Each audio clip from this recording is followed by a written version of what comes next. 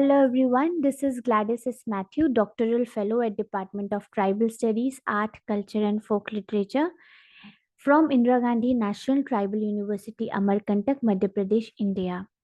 The topic of my presentation is exploring the experiences and health disparities of MSM individual, a qualitative study. So before just going to the presentation directly, I am giving you an overview of what we will be discussing in our presentation. So basically, we will try to answer some of the basic questions like what does it mean to be a male or a female? Is sexuality my own choice? Or a conflict between the term sex versus sexuality? Is body just a tool which carries the personality? And the last point is rights are for all. Are we not the part of the section all? So before going into the presentation, it is very important to know some of the operational definition for a better clarification. So we'll be starting with the term transgender. So transgender is an umbrella term which is attached with a lot of misconception. People often think that transgenders are those people who are having some biological aberrations. But the original definition of a transgender is a person appearing and identifying as neither man nor woman, presenting a gender either mixed or neutral. Under the umbrella term of transgender, we have a subsection which is known as MSM. Men who have sex with men are male persons who engage in sexual activities with members of the same sex. Under this, in the Indian subcontinent, we have a subcategory which is known as Kothi or open Kothis. So basically, open Kothis consider themselves to be an ineffeminate man or boy who takes on a female gender role in same-sex relationship, often with a desire to be penetrated member in sexual intercourse. The word Kothi or Koti is common across India. The method and the methodology adopted. So, in this study, I have adopted the snowball sampling method as the data were collected through primary method of data collection by using interview schedule going to the field. As in Bilaspur town, Kothis are not available in a particular place, so various localities were searched where they reside with the help of the other respondents who also belongs to the Kothi community. Anthropology, when we talk about anthropology, so basically we have the idea that it is a study of mankind or in general word humankind. So gender, as we know, is a learned social role which helps to explain why individual can vary from what is otherwise considered the biological destiny of the sex. So, anthropology is the study of human, their society, culture, and behavior, and it encompasses a wide range of topics, including sexuality. Anthropologists examine how different societies and culture understand and expresses sexuality, as well as how it is shaped by social, cultural, and historical factors.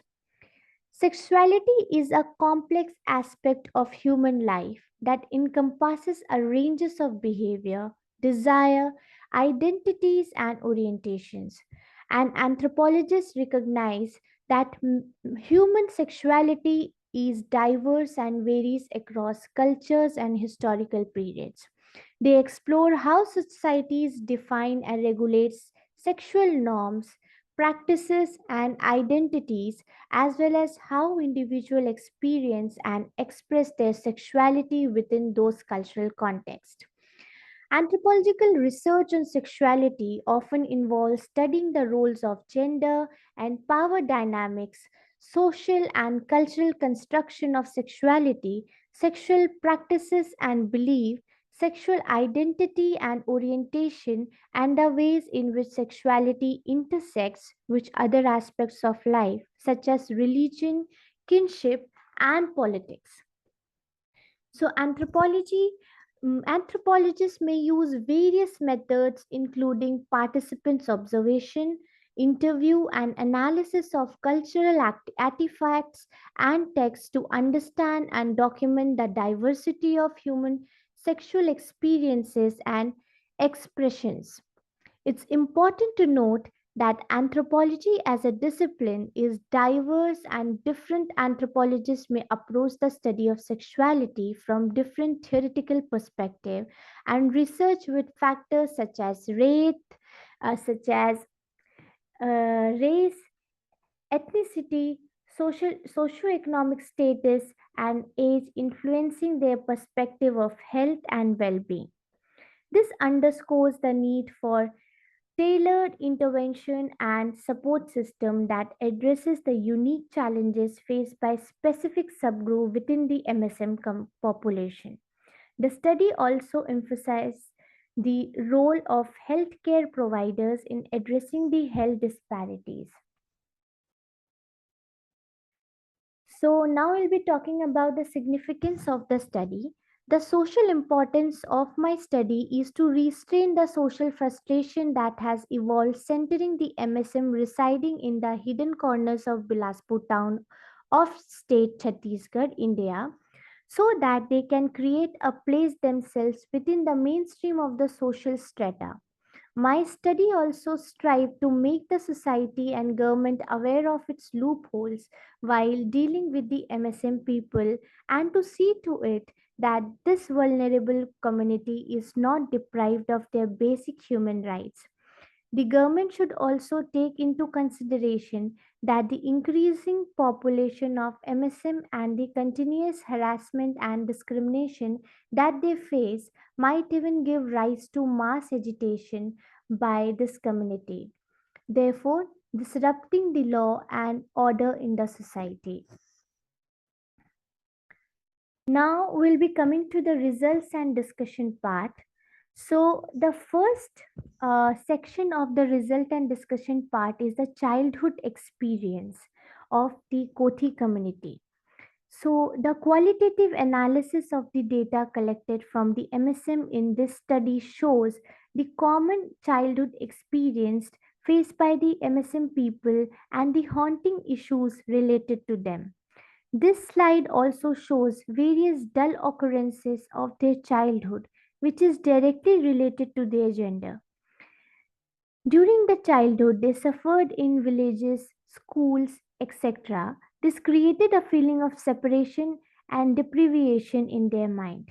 Inequality in various forms generated mental construction which became separate from male and female. They were the subject of fun for everybody, including teachers, seniors, peer group, relatives, etc. This forced many of them to change their school till secondary level with an aim to get equal treatment and free from the harassment. So, in this slide itself, we can see that the childhood of the Kothi community or the MSM community is not that easy. It was a very difficult time for them when they were growing up because, as in the age of puberty, when everybody experience a certain change, the Kothi community experienced the change which was not normal to them because they thought that whatever changes or whatever behavioral changes they are seeing in themselves are quite different from what the other surrounded people of the same gender is experiencing. And when they used to tell this to their parents used to neglect their feelings. So after the period of adolescence and puberty, when they realize that yes, my body is not aligned with the behavior of what I am supposed to perform or like the gender role which I have supposed to take up, they used to approach their family members, and the responses of their family members were like quite different from what we believe. So if we see this slide, we can see that most of the respondents has said that it was a shock to their parents when they said that my body is not aligned with my mind. And many of the parents said that um, it is not normal and you should behave like a male, because we are having only a single son in our family. So some of the respondents said that it was very difficult for them to just express their feelings to their parents, and when they does it, so their parents just kick them out of their families or their home. And that was a very difficult time for them, because they were having no home or no place to go, and mm, they were left by their families. So it was a very difficult time for the Kothis or the MSM population.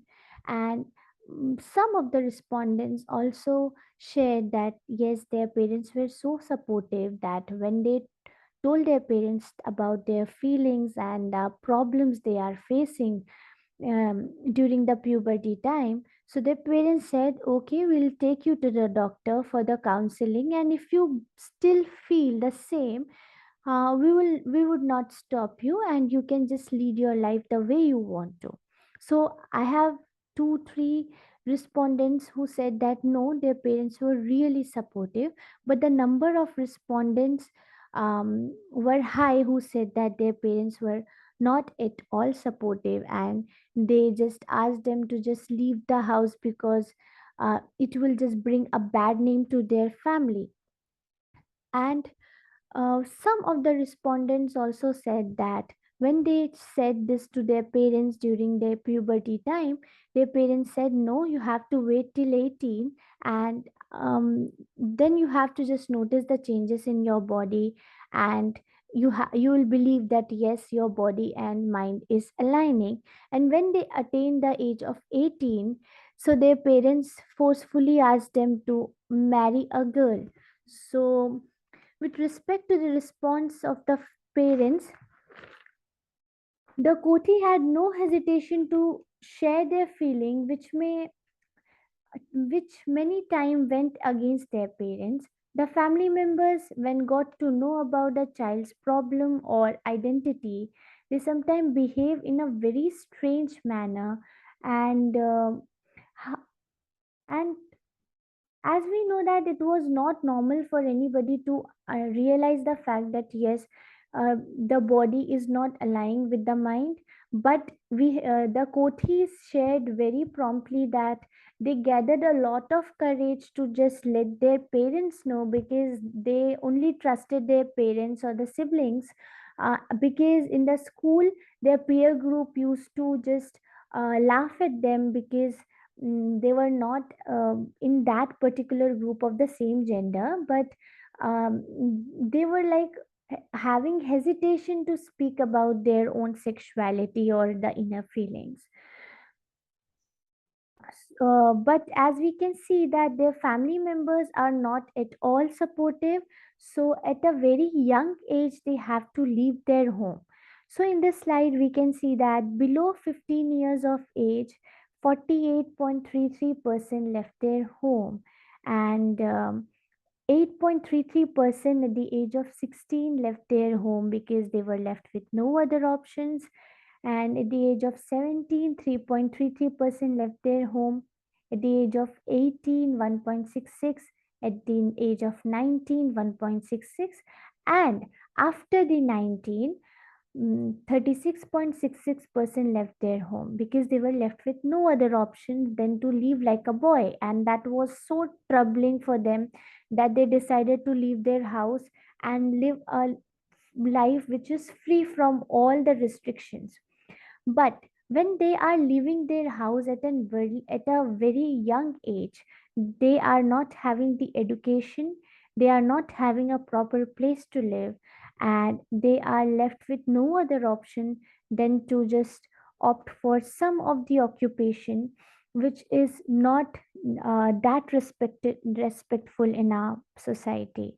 So in the other slide we can see that 11.66% people of the MSM community are laborers, 5% are working as housemaids, 13.33% are working as cook, 15% are leading their life as beggars, 21.66% are into sex work, and 30% of them are working as dancers in the nightclub. So the the previous table itself shows that yes, they were left with no other options than to just opt for the occupation which was not respectful enough. Because of their certain occupations and the choice for occupation, we can see that there are certain medical issues related to that.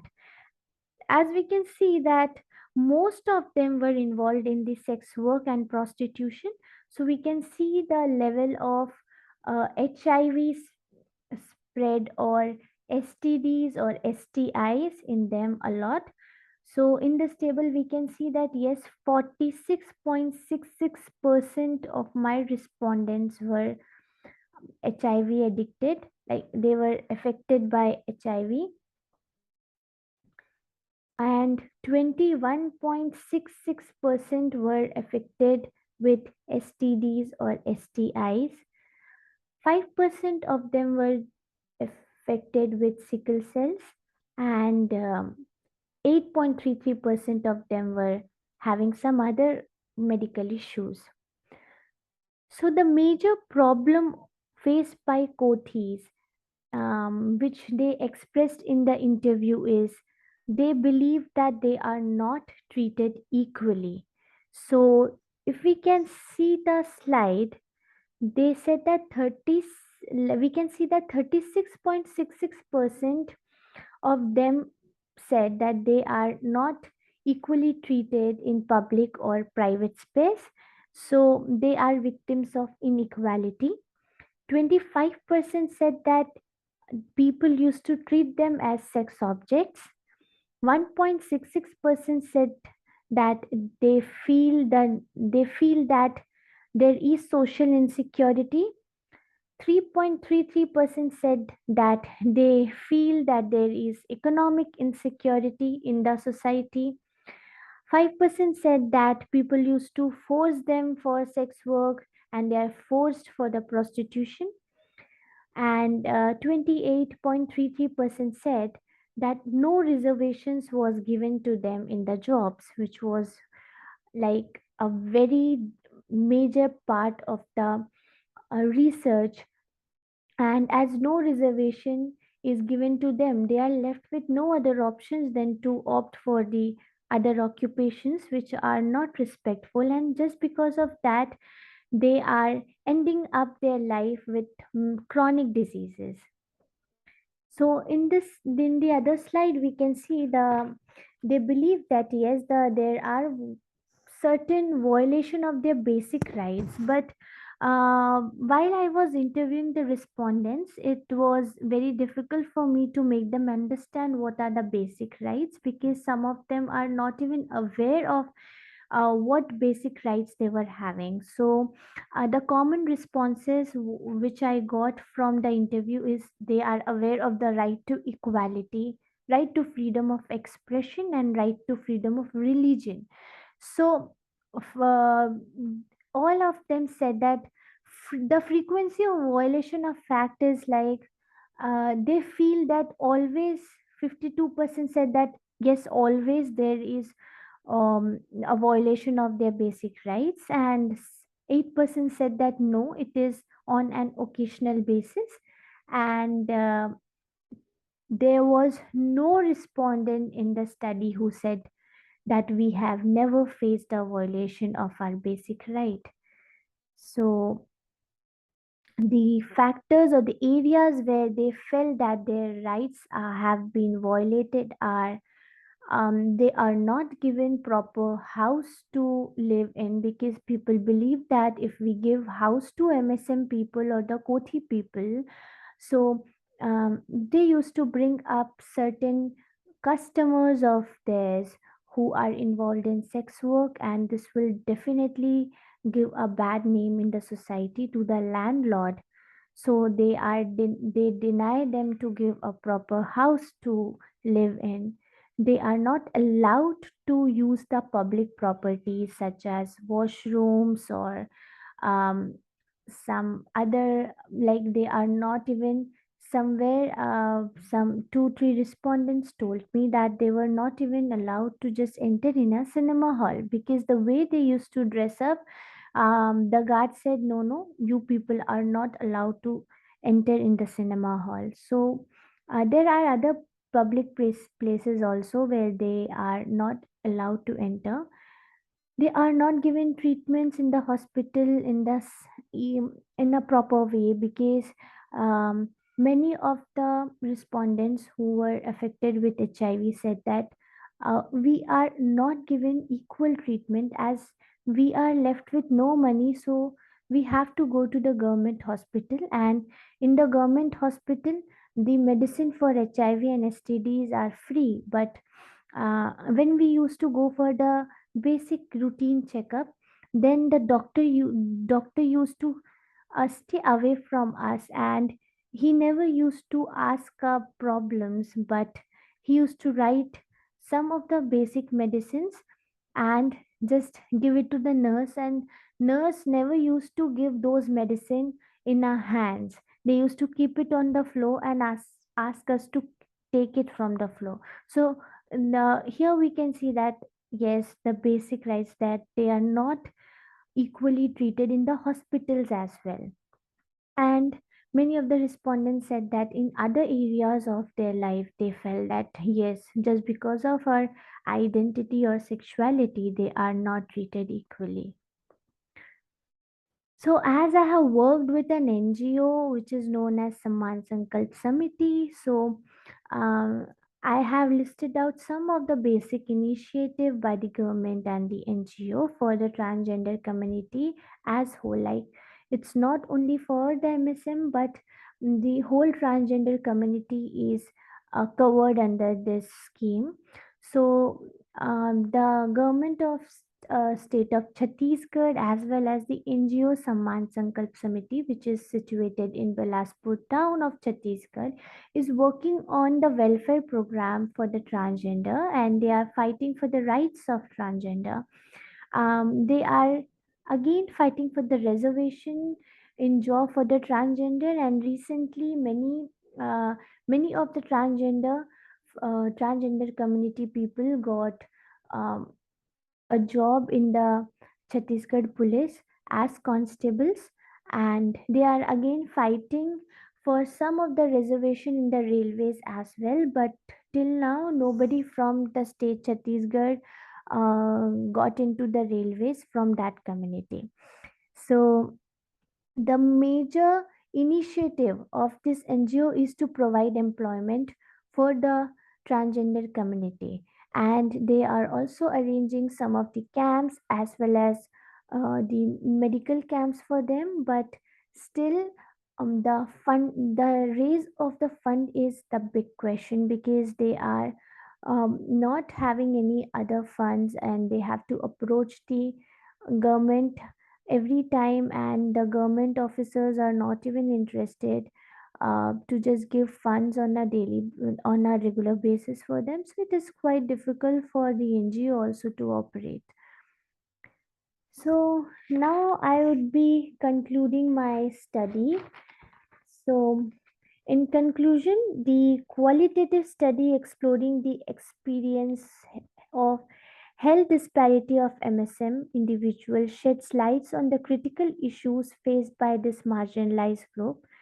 The research highlights the complex interplay of social, cultural, and structural factors that contribute to health disparity among MSM individuals. The finding of the study underscores the urgent need for targeted intervention and comprehensive healthcare services that address the unique challenges faced by the MSM individuals in the Bilaspur town of Chhattisgarh. The research demonstrate that discrimination, stigma, and social exclusion significantly impact the mental and physical well-being of this population, and these disparities manifest in high rates of HIV, AIDS, STDs and STI, mental health disorder, substance abuse, and limited access to healthcare services. Moreover, the study emphasizes the importance of adopting a holistic approach to address the health disparities faced by MSM individuals, and efforts should go beyond biomedical intervention and encompass social and structural changes. It is crucial to create safe and inclusive environment that foster acceptance, reduce stigma, and promote health-seeking behavior. So, at the end, I want to say that this qualitative study serves as a critical stepping stone towards addressing the experience and health disparities of Kothi individual or the MSM community, and it provides valuable insight into the unique challenges faced by this population and call for concerted efforts to promote equality, social justice, and improved health outcome for all individuals irrespective of their sexual orientation. So now I would end the presentation with some of the suggestions which I believe could help the community. So the Kothi or the MSM should be provided with low cost housing under Atal Awas Yojana in a separate colony, and this will reduce the inter-community conflict between TGs and non-TGs. Here TGs denote the transgender community.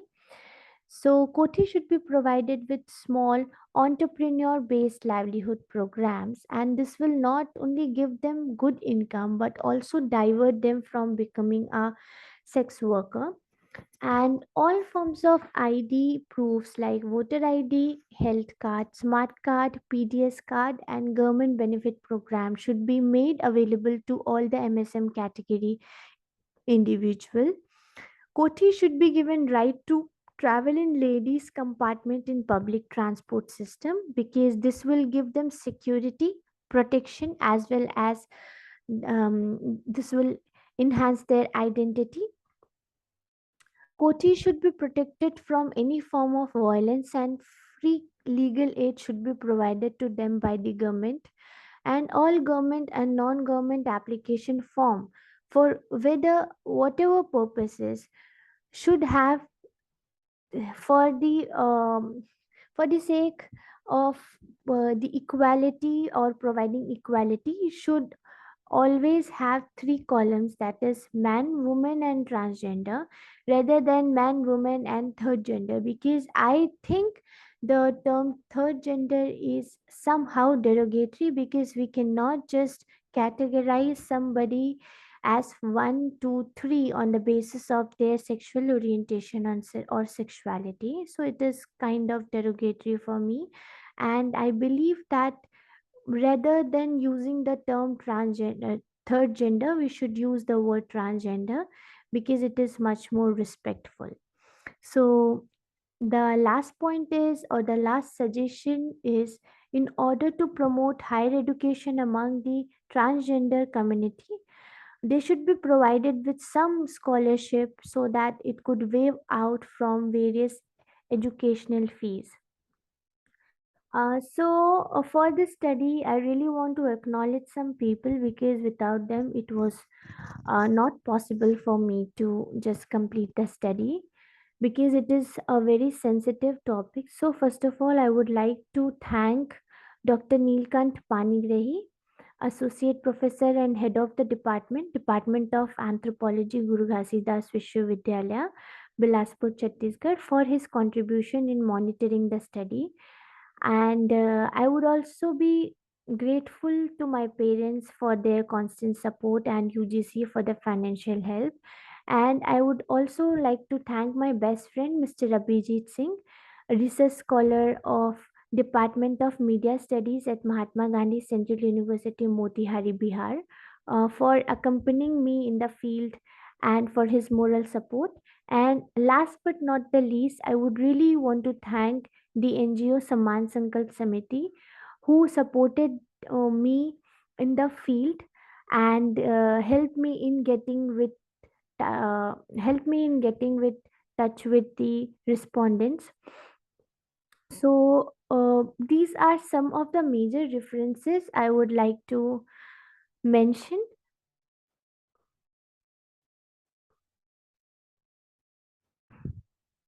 Thanks a lot for giving me your time.